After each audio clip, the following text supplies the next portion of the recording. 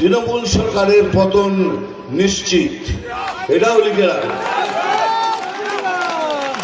1000 টাকার লক্ষ্মী ভান্ডার পাচ্ছেন, নিন, খুব ভালো কথা, কিন্তু এটা তো আপনাদেরই পয়সা।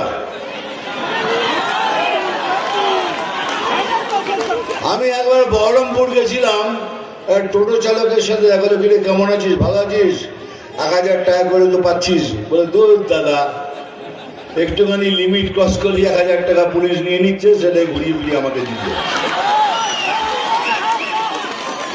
সত্যি কথা, রিয়েলি বলছি, আমাকে বললো যে জবাবে, তাহলে আপনার টাকা আপনাকে ফিরিয়ে দিচ্ছে, কিন্তু একবার ভেবেছেন 1000 টাকা তো নিচ্ছেন, খুব ভালো, কিন্তু আপনার যে ছেলেটা, যার বিবেক আছে, যে এইসব কুর্নীতি দুর্নীতি করতে চায় না, সে ঘরে বেকার বসে আছে, একবার ভেবেছেন? আপনার মেয়েটা ঘরে বসে আছে, একবার ভেবেছেন? আপনার স্বামী বেকার বসে আছে, একবার ভেবেছেন? আপনার পীড়িত বাবা মা বাড়িতে বসে আছে, ভেবেছেন? কেননা ইনি আয়ুষ্মান ভারতকে আসতে দেননি। আয়ুষ্মান ভারত এলে পরে 5 লক্ষ টাকা সেবার জন্য আপনারা পেতেন। অনেক লোক পায়, পুরো ভারতবর্ষের লোক পাচ্ছে, কিন্তু বাংলার লোক পাচ্ছে না। কেন? উনি আটকে দিয়েছে, আয়ুষ্মান ভারত হতে দেব না। তার মানে ইনডাইরেক্টলি বলছে আপনারা মরুন, যাই করুন, আমি ভালো থাকলেই হলো। তাহলে কি ভেবেছেন 1000 টাকায় আপনার এত কিছু হয়ে যাচ্ছে?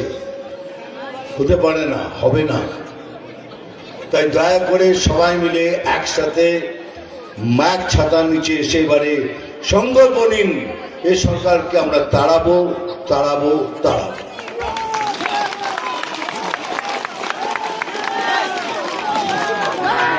বেশি কথা আমি বলি না, কাজের কথা বলি। এবার কাজের কথা শেষ, এবার ডায়লগ বলবো।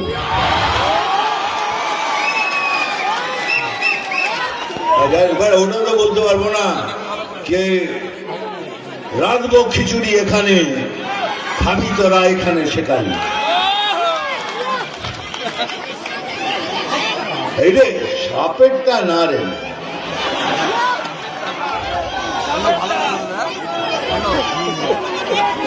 আমি জল ঢোড়াও নই, বেলে ভোড়াও নই, আমি জাত গোখরো,